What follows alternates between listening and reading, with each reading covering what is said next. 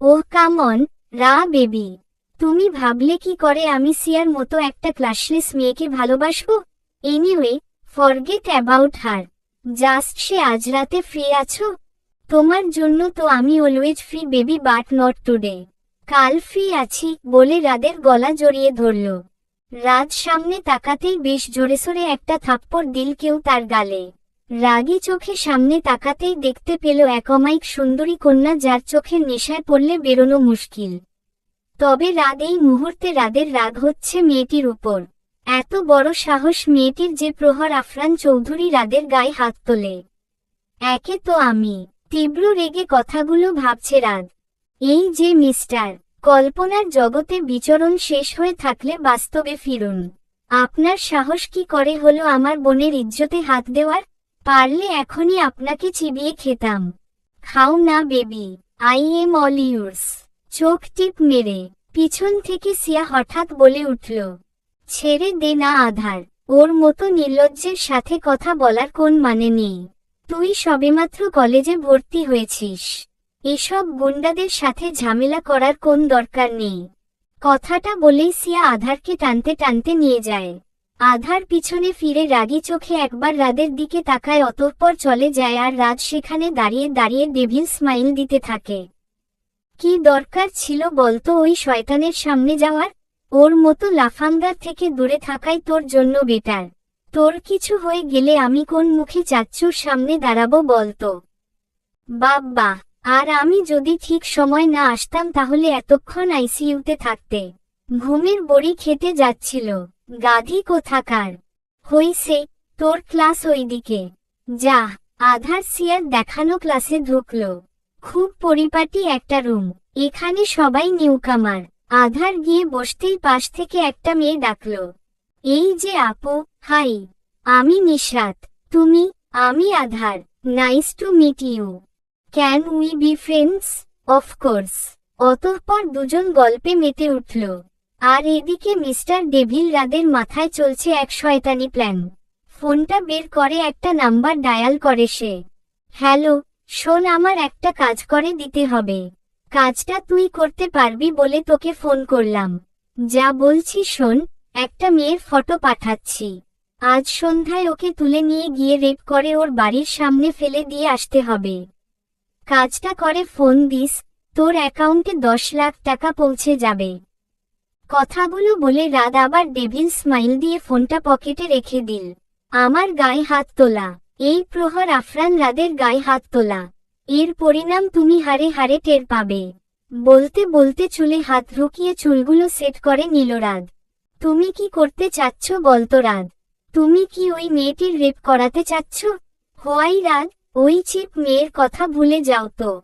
কথাটা শোনামাত্র রাগান্বিত চোখে রায়ার দিকে তাকালো রাদ। চোখে সানগ্লাস লাগাতে লাগাতে ক্যাম্পাস থেকে বেরিয়ে গাড়িতে এসে বসল। মনটা তার বেশ ফুরফুরে লাগছে। আজ অনেকদিন পর কোন মেয়েকে উচিত শিক্ষা দিবে। আহ কি শান্তি, যখন মেয়েটার খুবলে খাওয়া নগ্ন দেহ রাস্তায় পড়ে থাকবে আর চারিদিকে বইবে ছি ছি ধর্ষিত। তখন ও বুঝবে এই রাত চৌধুরী কেমন মাল। হা হা হা, অট্টহাসিতে ফেটে পড়ল রাত। কিছু দরকারি কাজে শহরের বাইরে এসেছে রহস্য। কাজ শেষ করে বের হতেই একটা মেয়ের সাথে ধাক্কা খায়। সরি বলার জন্য চোখ তুলতেই দেখে এটা সেদিনের মেয়েটা। রহস্যকে দেখেই মেয়েটি আবার উল্টো দিকে হাঁটা শুরু করে দিল। আজ তো আমি জেনেই ছাড় কেন এই মেয়ে আমাকে দেখলেই উল্টো দিকে দৌড়াতে শুরু করে। বলতে বলতে রহস্য মেয়েটির পিছনে পিছনে দৌড়াতে শুরু করে। রহস্য পিছন থেকে বারবার মেয়েটাকে থামতে বলছে, কিন্তু মেয়েটা শুনেও না শোনার ভান করে চলে যাচ্ছে। দৌড়াতে দৌড়াতে রহস্য হঠাৎ একটা খাম্বার সাথে ধাক্কা খেল। সামনে তাকিয়ে দেখে এটা খাম্বা নয়, বাংলাদেশি সুলতান। লোকটার বডি দেখে রহস্য একটা ঢোক গিলল। ভাই প্লিজ শোনেন, আমি মেয়েটাকে সরি বলার জন্য ওর পিছনে দৌড়াচ্ছিলাম। আসলে হয়েছে কি, মেয়েটি আমার সাথে ধাক্কা খেয়েছিল তো তাই।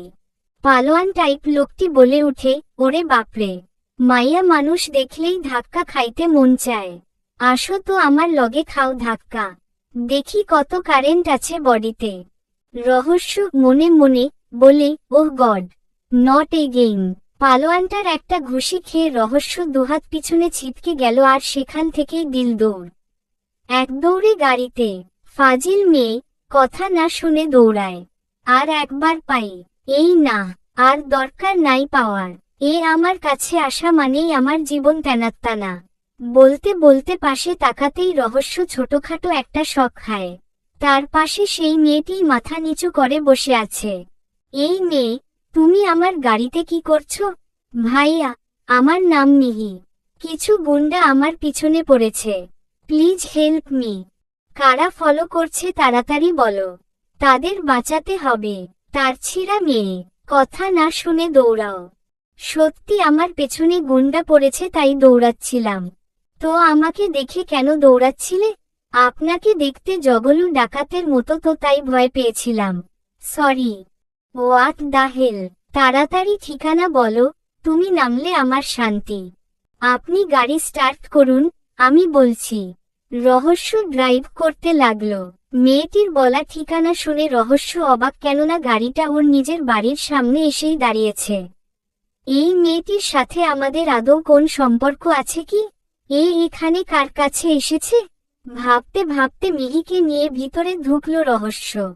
সন্ধ্যাবেলা, আধার আর সিয়া গল্প করতে করতে হাঁটছে। হঠাৎ একটা গাড়ি থেকে কিছু লোক এসে আধারকে জোর করে গাড়িতে তুলে নিল। এটা দেখে সিয়া চিৎকার দিয়ে উঠল, গোডাউনে। কে আপনারা? Please leave me. দয়া করে ছেড়ে দিন আমায়।